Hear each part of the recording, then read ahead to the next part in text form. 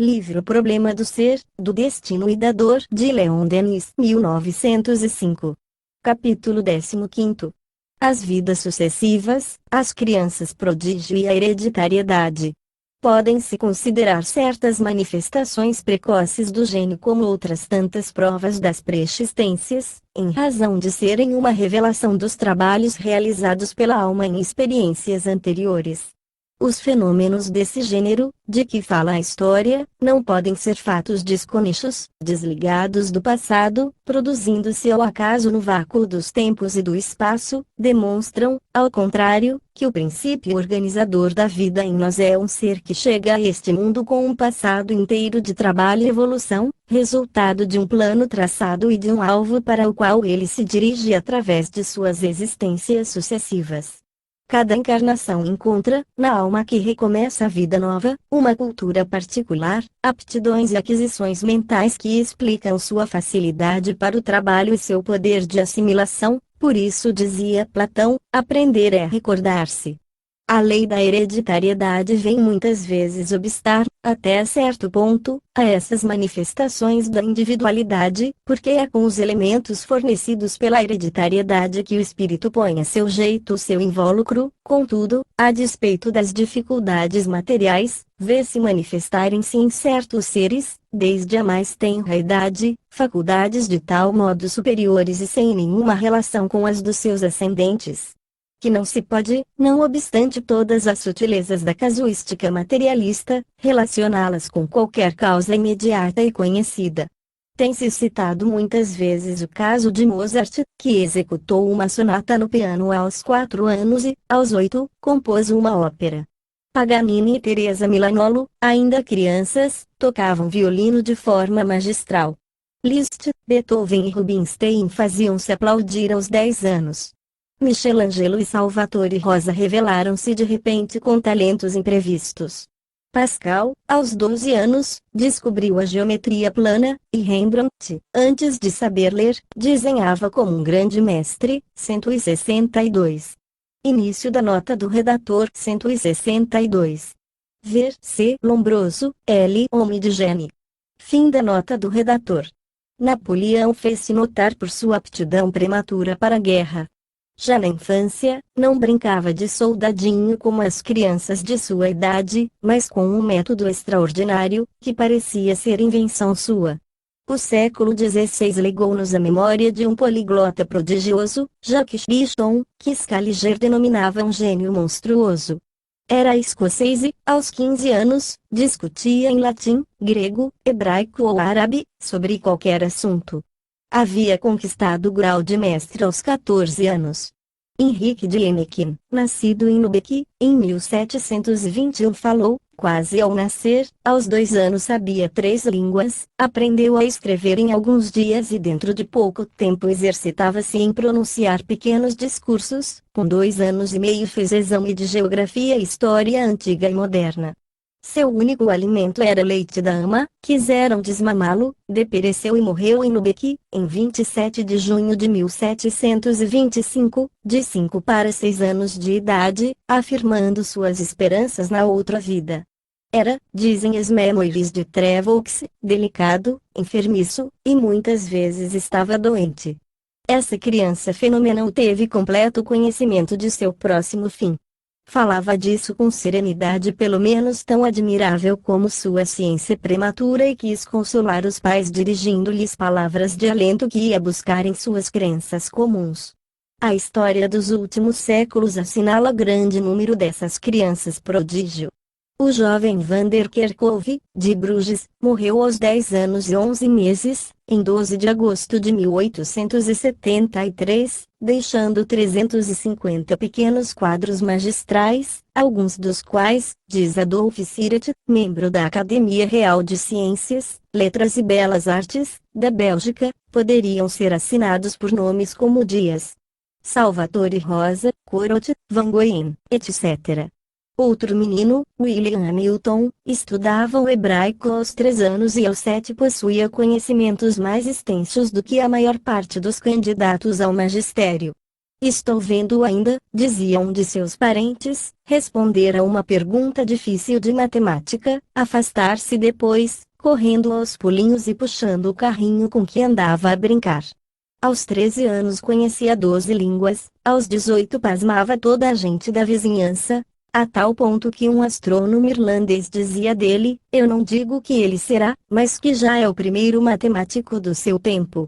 Neste momento, 1908, a Itália se honra de possuir um linguista fenomenal, o Sr. Trombetti, que excede muito aos seus antigos compatriotas, o célebre Pico de Mirandola e o prodigioso Mesofanti, o cardeal que discursava em 70 línguas. Trombetti nasceu de uma família de bolonheses pobres e completamente ignorantes. Aprendeu sozinho, na escola primária, francês e alemão e, no fim de 2 meses, lia Voltaire e Goethe, aprendeu árabe com a simples leitura da vida de Abd el-Kader, escrita na mesma língua. Um persa, de passagem por Bolonha, ensinou-lhe a sua língua em algumas semanas.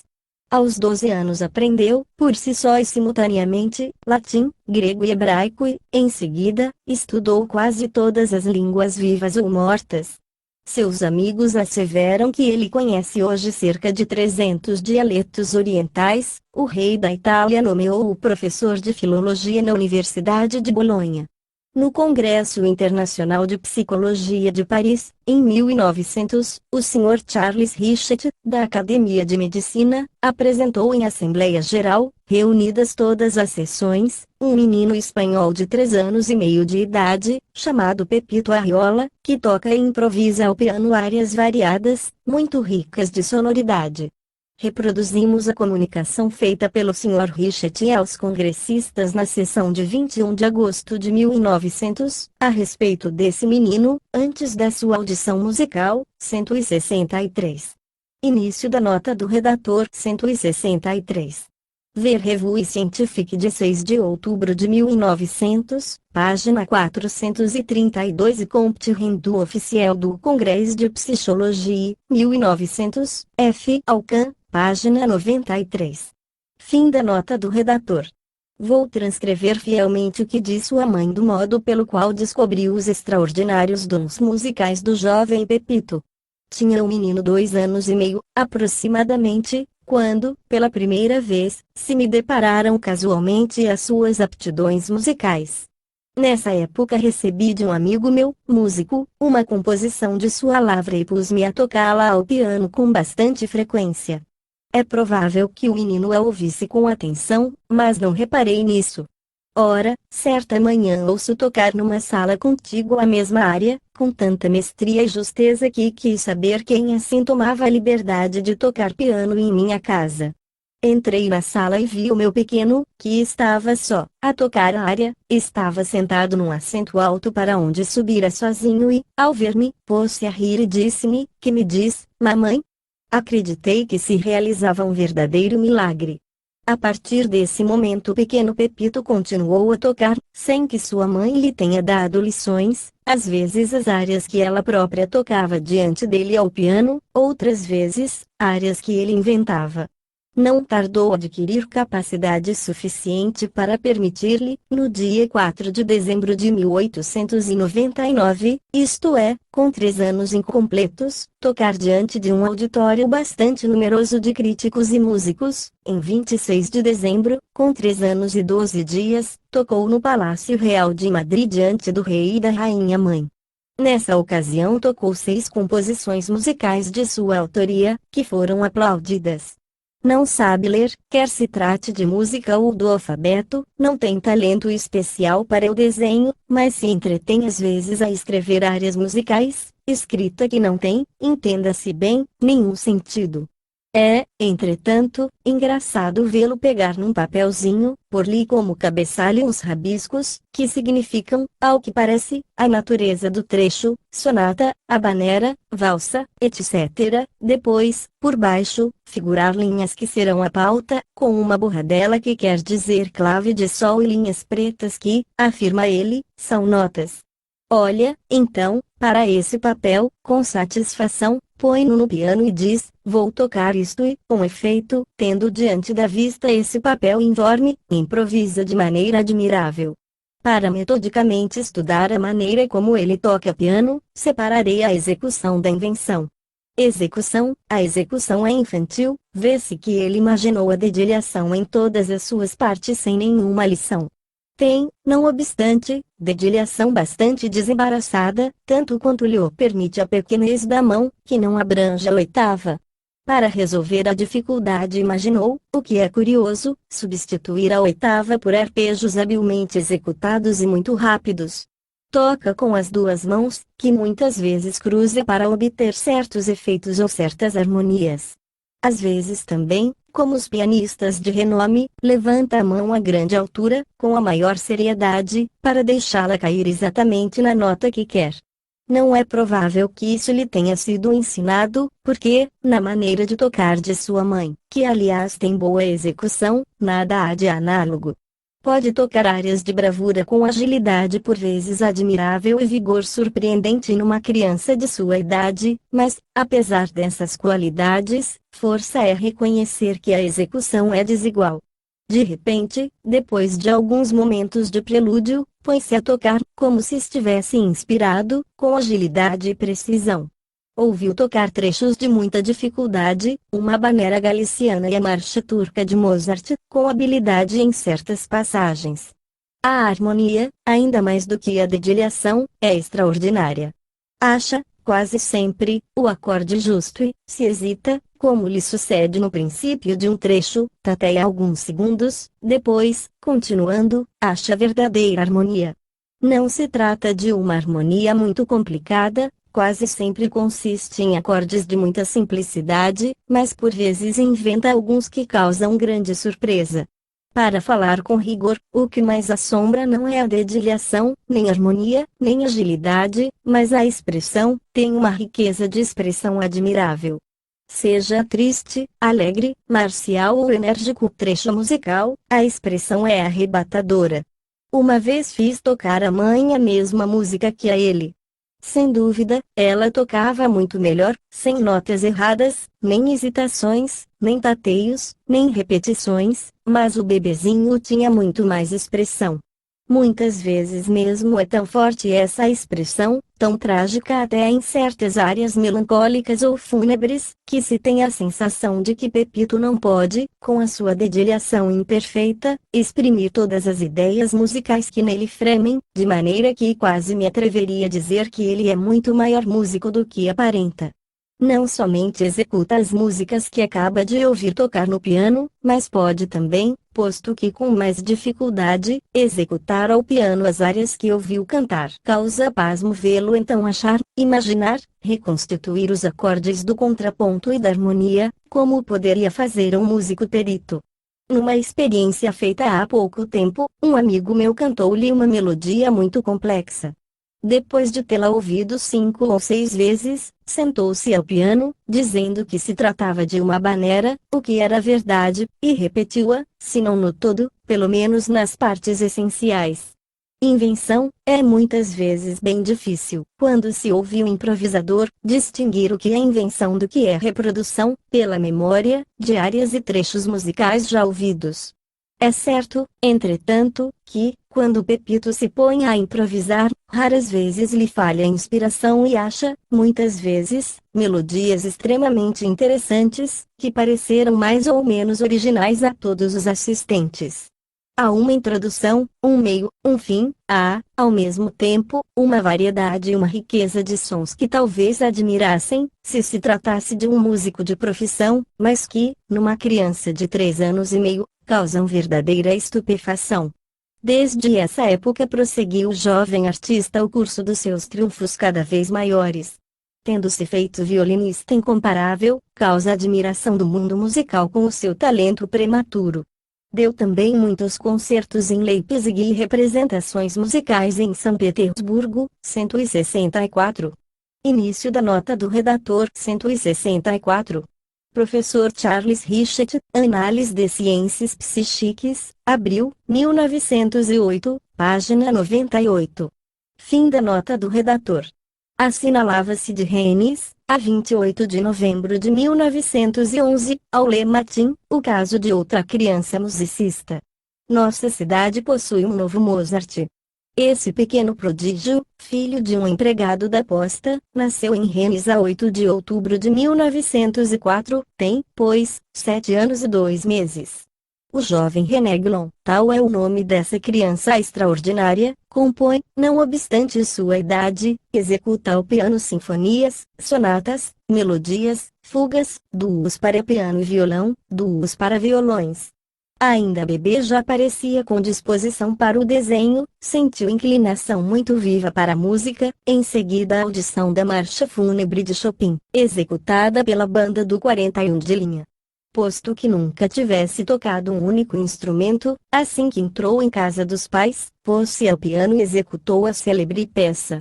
Desde esse momento, começou a compor, ao correr da inspiração, pedaços de música que fazem admiração dos professores do conservatório.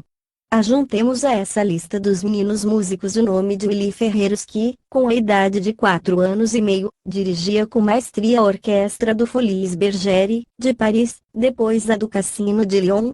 Eis o que a seu respeito nos diz, no número de 17 de fevereiro de 1911, a revista Comédia. É um homenzinho que traz já garbosamente o traje negro, as calças de cetim, o colete branco e as botinas de verniz. Tendo na mão a batuta, dirige com desembaraço, segurança e precisão incomparáveis uma orquestra de 80 músicos, sempre atento às menores particularidades, escrupuloso observador do ritmo. Há dias, ao acaso de uma viagem ao meio-dia, sul da França, o Sr. Clemente Baunel descobriu esse pequeno prodígio, entusiasmou-se com tal instinto musical e trouxe o menino para Paris, que conquistou desde ontem à tarde. Ao correr da revista do Folies Bergère, Willy Ferreiros regeu, com os cadetes, de Souza, a Silvia, de Léo Delibes. Foi um extraordinário acontecimento. O intransigente, de 22 de junho de 1911, acrescenta que ele é igualmente admirável na direção das sinfonias de Haydn, na marcha do Tannhäuser e na dança de Anitra, de Grieg. Citemos também Le Soir, de Bruxelas, 165, na enumeração que faz de algumas crianças notáveis de Alemar. Início da nota do redator 165. Número de 25 de julho de 1900. Fim da nota do redator. Entre os rapazes prodígio do Novo Mundo, devemos citar o engenheiro Jorge Steuber, que conta 13 primaveras, e a Ridugan, que ainda não completou 9 anos. A Ridugan acaba de fazer uma excursão de 1000 milhas, cerca de 1.600 quilômetros, através da República Estrelada, onde realizou negócios colossais para a casa que representa. Por mais incrível que pareça, a Universidade de Nova Orleans acaba de passar diploma de médico a um estudante com 5 anos de idade, chamado Willy Iguin. Os examinadores declararam depois, em sessão pública, que o novel Esculápio era o mais sábio osteólogo a que haviam passado diploma. Willy Iguin é filho de um médico conhecido. A esse propósito, os jornais transatlânticos publicam uma lista de meninos prodígio. Um deles, mal contando 11 anos de idade, fundou recentemente um jornal intitulado The Sun Home, cuja tiragem, no terceiro número, era já de 20.000 exemplares. Pierre Loti e Sully Prudhomme são colaboradores do Chatterton americano. Entre os pregadores célebres dos Estados Unidos, cita-se o jovem Dennis Mann, de Montana, que, desde 6 anos, causava pasmo aos fiéis pelo seu profundo conhecimento das Escrituras e pela eloquência da sua palavra. Juntemos a essa lista o nome do famoso engenheiro sueco Ericsson, que aos 12 anos era inspetor no Grande Canal Marítimo de Suez e tinha às suas ordens 600 operários, 166. Início da nota do redator 166. Doutor Uau, L'Espiritisme dans le monde. Fim da nota do redator. Voltemos ao problema das crianças prodígio e examinemo-lo nos seus diferentes aspectos. 2 hipóteses foram aventadas para explicá-lo, a hereditariedade e a mediunidade. A hereditariedade ninguém o ignora, a transmissão das propriedades de um indivíduo aos seus descendentes. As influências hereditárias são consideráveis nos 2 pontos de vista, físico e psíquico. A transmissão do temperamento, dos traços do caráter e da inteligência de pais a filhos, é muito sensível em certas pessoas. Por diferentes títulos, encontramos em nós não somente as particularidades orgânicas dos nossos progenitores diretos ou dos nossos antepassados, mas também suas qualidades ou seus defeitos. No homem atual revive a misteriosa linhagem inteira de seres, de cujos esforços seculares para uma vida mais elevada e completa ele é o resumo, mas a par das analogias há divergências mais consideráveis. Os membros de uma mesma família, posto que apresentando semelhanças, traços comuns, oferecem também, às vezes, diferenças que se destacam bem. O fato pode ser verificado por toda parte, ao redor de nós, em cada família, em irmãos e irmãs e até em gêmeos.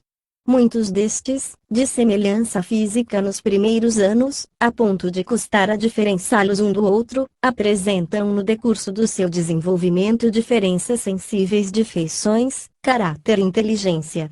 Para explicar essas dissemelhanças será, pois, necessário fazer intervir um novo fator na solução do problema, serão os antecedentes do ser, que lhe permitiram aumentar suas faculdades, sua experiência de vidas em vidas e constituir-se uma individualidade, trazendo um cunho próprio de originalidade e as próprias aptidões.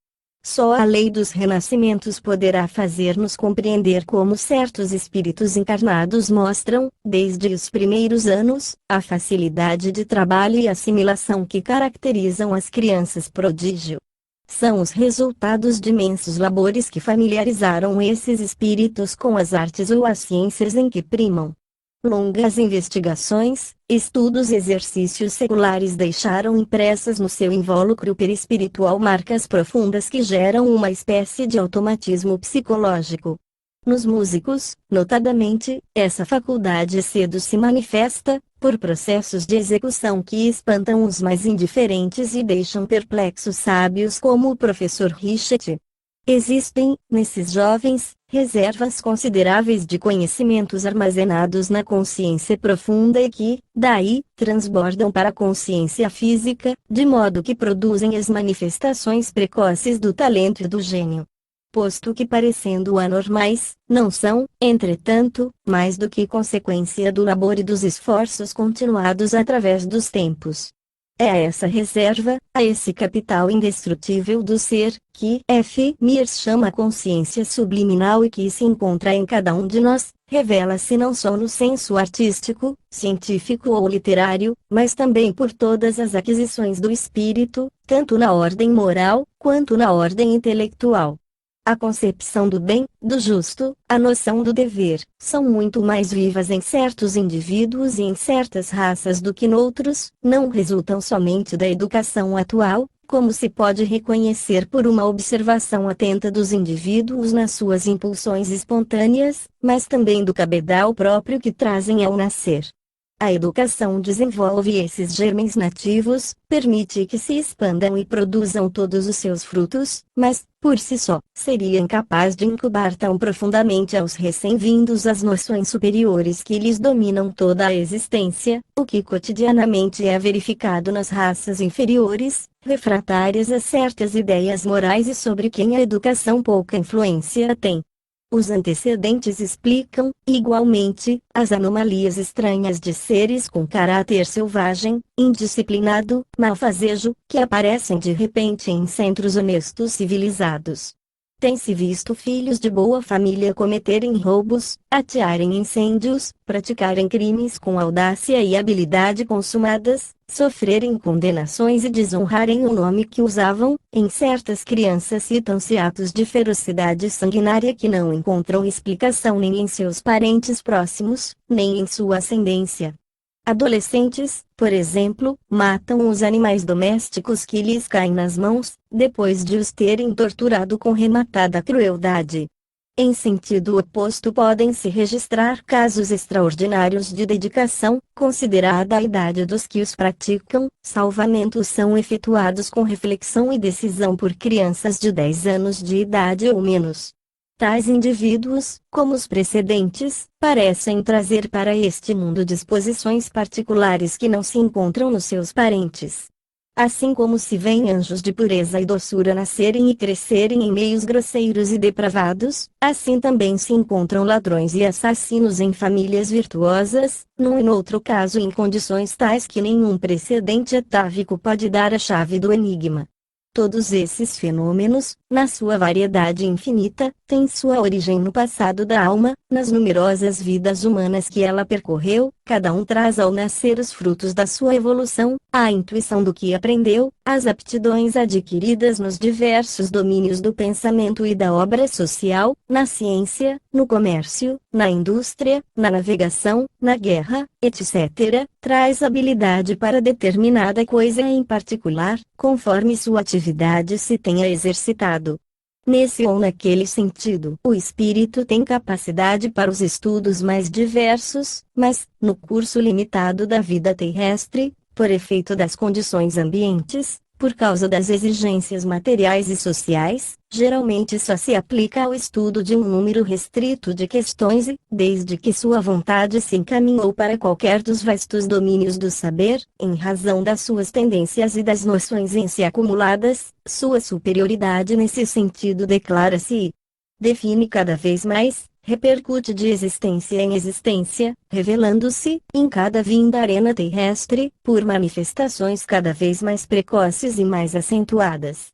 Daí, as crianças prodígio e, em forma menos distinta, as vocações, as predisposições nativas, daí o talento, o gênio, que são o resultado de esforços perseverantes e contínuos para um objetivo determinado. Que a alma é chamada, todavia, a entrar na posse de todas as formas do saber e não a restringir-se a algumas necessidades de estágios sucessivos, demonstra-se pelo simples fato da lei de um desenvolvimento sem limites. Do mesmo modo que a prova das vidas anteriores é estabelecida pelas aquisições realizadas antes do nascimento, a necessidade das vidas futuras impõe-se como consequência dos nossos atos atuais, consequência que, para campo de ação, exige condições e meios em harmonia com o estado das almas.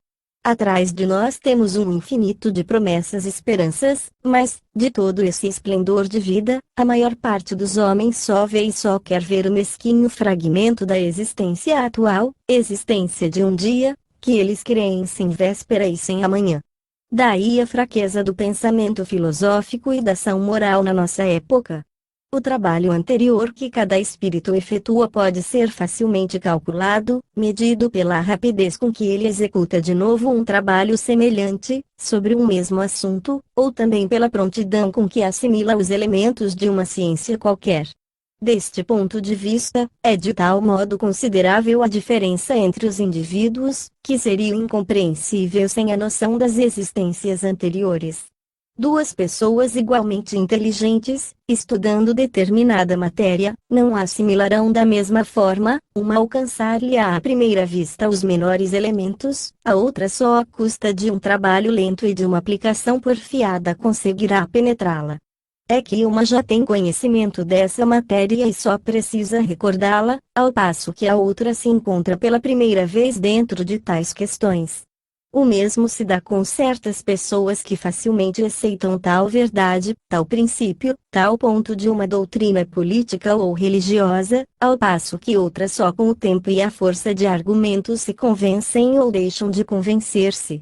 Para umas é coisa familiar ao seu espírito e para outras é estranha. Vimos que as mesmas considerações são aplicáveis à variedade tão grande de caracteres e das disposições morais.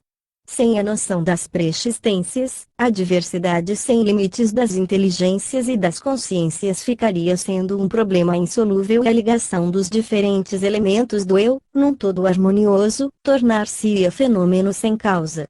O gênio, dizíamos, não se explica pela hereditariedade nem pelas condições do meio. Se a hereditariedade pudesse produzir o gênio, ele seria muito mais frequente. A maior parte dos homens célebres teve ascendentes de inteligência medíocre e sua descendência foi-lhes notoriamente inferior. Sócrates e Joana d'Arc nasceram de famílias obscuras. Sábios ilustres saíram dos centros mais vulgares, por exemplo, Bacon, Copérnico, Galvani, Kepler, Hume, Kant, Locke, Malebranche, Helmholtz, Spinoza, Laplace, etc. J. J. Roussel, filho de um relojoeiro, apaixona-se pela filosofia e pelas letras na loja do seu pai, D'Alembert, enjeitado, foi encontrado na soleira da porta de uma igreja e criado pela mulher de um vidreiro. Nem a ascendência nem o meio explicam as concepções geniais de Shakespeare. Os fatos não são menos significativos, quando consideramos a descendência dos homens de gênio. Seu poder intelectual desaparece com eles, não se encontra em seus filhos. A prole conhecida de tal ou tal grande poeta ou matemático é incapaz das obras mais elementares nessas duas espécies de trabalhos. A maior parte dos homens ilustres teve filhos estúpidos ou indignos. Péricles gerou dois patetas, que foram Paralas e Xântipo. De semelhanças de outra natureza, mas igualmente acentuadas, encontram-se em Aristipo e seu filho Lisímaco, em Tucídides e Milésias. Sófocles, Aristarco e Temístocles não foram mais felizes com os filhos. Que contraste entre Germânico e Calígula, entre Cícero e seu filho, Vespasiano e Domiciano, Marco Aurélio e Cômodo. E que dizer dos filhos de Carlos Magno, de Henrique IV, de Pedro, o Grande, de Goethe, de Napoleão? Há, contudo, casos em que o talento, a memória, a imaginação, as mais altas faculdades do espírito parecem hereditárias. Essas semelhanças psíquicas entre pais e filhos explicam-se pela atração e simpatia, são espíritos similares atraídos uns para os outros por inclinações análogas e que antigas relações uniram. Generans generat sibi simili. Tal fato pode, no que diz respeito às aptidões musicais, ser verificado nos casos de Mozart e do jovem Pepito, os quais são, no entanto, muito superiores aos seus ascendentes. Mozart brilha entre os seus como um sol entre planetas obscuros. As capacidades musicais da sua família não bastam para fazer-nos compreender que aos 4 anos tenha podido revelar conhecimentos que ninguém lhe havia ensinado e mostrar ciência profunda das leis da harmonia. De todos os Mozart, foi o único que se tornou célebre. Evidentemente as altas inteligências, a fim de manifestarem com mais liberdade suas faculdades, escolhem, para reencarnar, um meio em que haja comunhão de gostos e em que os organismos materiais se vão, de geração em geração, acomodando às aptidões, cuja aquisição elas prosseguem. Dá-se isso particularmente com os grandes músicos, para quem condições especiais de sensação e percepção são indispensáveis, mas, na maior parte dos casos, o gênio aparece no seio de uma família sem antecessor nem sucessor no encadeamento das gerações. Os grandes gênios moralizadores, os fundadores de religiões, Lao Tse, Buda, Zaratustra, Cristo e Maomé pertencem a essa classe de espíritos, à mesma classe pertencem também poderosas inteligências que tiveram neste mundo os nomes imortais de Platão, Dante, Newton, G. Bruno, etc. Se as exceções fulgurantes ou funestas, criadas numa família pelo aparecimento de um homem de gênio ou de um criminoso, fossem simples casos de atavismo, dever-se-ia encontrar na genealogia respectiva ou ancestral que serviu de modelo, de tipo primitivo a essa manifestação. Ora, quase nunca isso se dá, quer num, quer noutro sentido. Poderiam perguntar-nos como conciliaremos essas dissemelhanças com a lei das atrações e das semelhanças, que parece presidir a aproximação das almas. A penetração em certas famílias de seres sensivelmente superiores ou inferiores, que vêm dar ou receber ensinamento, exercer ou sofrer novas influências, é facilmente explicável, pode resultar do encadeamento dos ensinos comuns que, em certos pontos, se tornam a unir e se enlaçam como consequência de afeições ou ódios mútuos do passado, forças igualmente atrativas que reúnem as almas em planos sucessivos na vasta espiral de sua evolução. Seria possível explicar pela mediunidade os fenômenos acima apontados? Alguns o tentaram. Nós mesmos, numa obra precedente, 167, reconhecemos que o gênio deve muito à inspiração e que esta é uma das formas da mediunidade. Início da nota do redator 167. Ver no invisível, a mediunidade gloriosa. Fim da nota do redator. Mas acrescentávamos que, mesmo nos casos em que essa faculdade especial nitidamente se desenha, não se pode considerar o homem de gênio como um simples instrumento, assim como é, antes de tudo, o médium propriamente dito. O gênio, dissemos nós, é principalmente a aquisição do passado, o resultado de pacientes estudos seculares, de lenta e dolorosa iniciação. Esses antecedentes desenvolveram no ser uma profunda sensibilidade que o torna acessível às influências elevadas.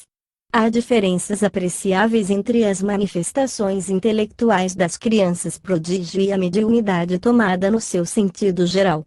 Esta tem um caráter intermitente, passageiro, anormal. O médium não pode exercer sua faculdade a cada momento, são precisas condições especiais, difíceis, às vezes, de reunir, ao passo que as crianças prodígio podem utilizar seus talentos a cada passo, constantemente, como nós mesmos o podemos fazer com as nossas próprias aquisições mentais. Se analisarmos com cuidado os casos apontados, reconheceremos que o gênio dos jovens prodígios lhes é muito pessoal, a aplicação dele é regulada por sua própria vontade. Suas obras, por mais originais e admiráveis que pareçam, ressentem-se sempre da idade de seus autores e não têm o cunho que apresentariam se emanassem de uma alta inteligência estranha.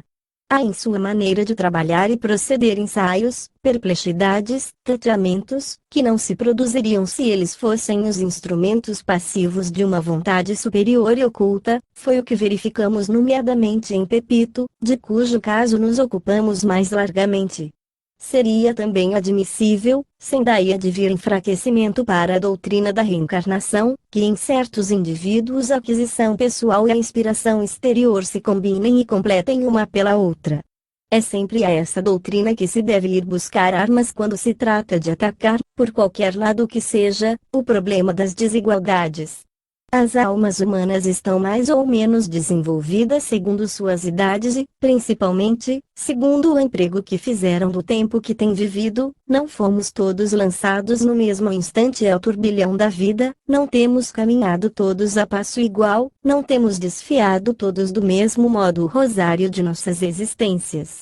Percorremos uma estrada infinita. Daí procede a razão pela qual tão diferentes nos parecem as nossas situações e os nossos valores respectivos, mas para todos o alvo é o mesmo. Sob o açoite das provas, o aguilhão da dor, sobem todos, todos se elevam. A alma não é feita de uma vez só, a si mesma se faz, se constrói através dos tempos. Suas faculdades, suas qualidades, seus haveres intelectuais e morais, em vez de se perderem, capitalizam-se, aumentam, de século para século. Pela reencarnação cada qual vem para prosseguir nesse trabalho, para continuar a tarefa de ontem, a tarefa de aperfeiçoamento que a morte interrompeu. Daí a brilhante superioridade de certas almas que têm vivido muito, granjeado muito, trabalhado muito. Daí os seres extraordinários que aparecem aqui e ali na história e projetam vivos clarões no caminho que a humanidade percorre. Sua superioridade vem somente da experiência e dos labores acumulados.